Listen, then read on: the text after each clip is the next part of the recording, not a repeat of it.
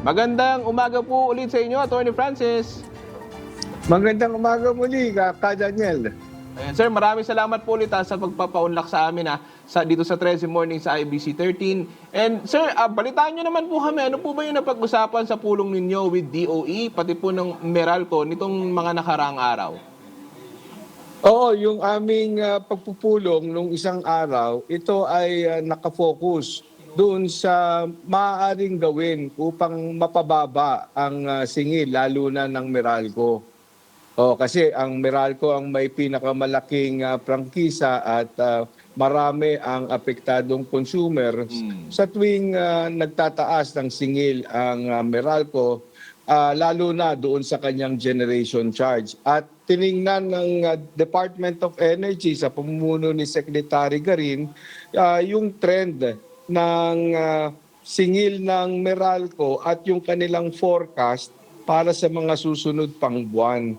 At nakita ng departamento at gayon din ang aming ahensya na mayroon pa rin talagang posibilidad na may pagtataas sa singil. Kaya naghahanap ng solusyon. Lahat ng pwedeng magawang solusyon ay diniscuss natin with Meralco nang sa ganon ay magkaroon ng kaunti o bahagyang mitigation yung pagtataas na ito. At Attorney Francis, kamusta naman po yung naging pagtanggap ng Meralco dito po sa system loss?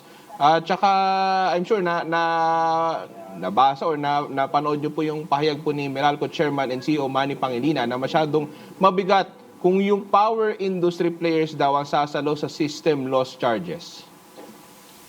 Oo, napakinggan nga natin yung komento ni Mr. Pangilinan at nagkaroon din kasi ng pagdinig sa Senado kahapon at ito'y napag-usapan din. Ang punto naman ng ating mga senador dahil nga din sa pinag-utos na ng Pangulo ng pagtanggal nitong system loss charge, ang punto ng mga senador ay maaari naman na lalo pa unahin yung mga non-technical laws, yung mga system loss dahil sa mga pagnanakaw, maaari naman na ito ang unahin at dahil dito mayroon naman na magagawa ang ating mga utilities tulad ng Meralco para ito mapababa o talagang matanggal nila. Attorney Juan, how about naman po dun sa tinutumbok ni Senate President Win Gatchalian na dapat din daw silipin yung pong sa generation na charges. Yun daw po yung I think kasi pinakamalaki talagang singil. Ano po masabi dito sir ng ERC? Oo, talagang yan ang pinakamalaking bahagi ng ating binabayaran. Yan kasi yung kuryenteng ginagamit natin. At alam naman natin, malaking bahagi ng ating kuryenteng ginagamit ay nanggagaling sa mga plantang tumatakbo sa imported fuel. At ito na rin ang tinutumbok ni Senate President Gatchalian na kung ang mga plantang ito ay nakasisingil ng mga adjustments sa kanilang fuel cost, dapat ay matingnan na mabuti. Kaya ito naman ang ginagawa na ng aming komisyon na nagsimula na kami sa pag-audit nitong mga kumpanya ng generation na gumagamit ng mga panggatong na lalo pa yung mga imported nang sa ganun ay talagang masiguro na tama lang ang kanilang naipapasa sa kanilang mga customers na distribution utilities. Attorney Francis, sinabi niyo po nag-audit kayo. So far, kamusta po yung pag-audit niyo? Tsaka may mga nasilip na po ba kayo ng mga lumalabag po?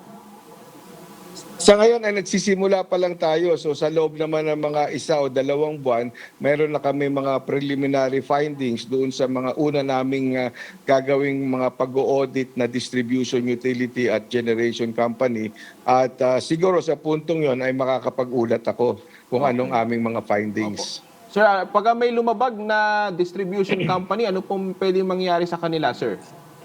Oo, pwede namin silang mapatawan kasi ng kaparusahan. Ang parusa namin ay fine. At ito ay magre-range ng mula 50 mil hanggang 50 milyones. At pwede nila ibalik, sir, dapat sa consumer yung yung singil, no? Oo. Oo, bukod pa dyan nga, doon sa pagpapabalik sa kanila kung mayroong sobrang nasingil sa mga consumers. Okay. Sir, huling katanungan na lamang. Marami kasing umaaray talaga ng mga consumer. Paano po ba nakikita nating pansamantala na solusyon dito sa pagtaas po ng presyo po ng kuryente? Oo nga, pangsamantala, of course, just to mitigate, ay yung pag-i-stagger natin noong collection ng mga distribution utilities nung kanilang maaaring ipasa sana as increase. So, ito ay in effect na plus yung ating no disconnection na policy, ito ay pinalawig namin hanggang Oktubre pa. Hanggang October. Okay. Oo. Okay. Teka lang, sir. Yung sa mga magbe-benefit niya, sino-sino po, sir?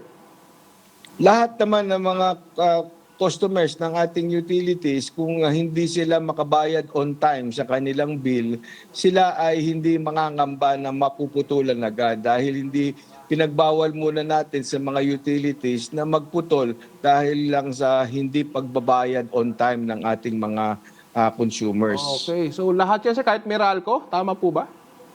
Oo, tama. Oo, kasama ang Meralco dyan. Okay, maraming salamat po sa inyong panahon. Attorney Francis Saturnino Juan, ang chairperson and CEO po ng ERC. Magandang umaga, sir. Sa uulitin po Opo. Magandang umaga din.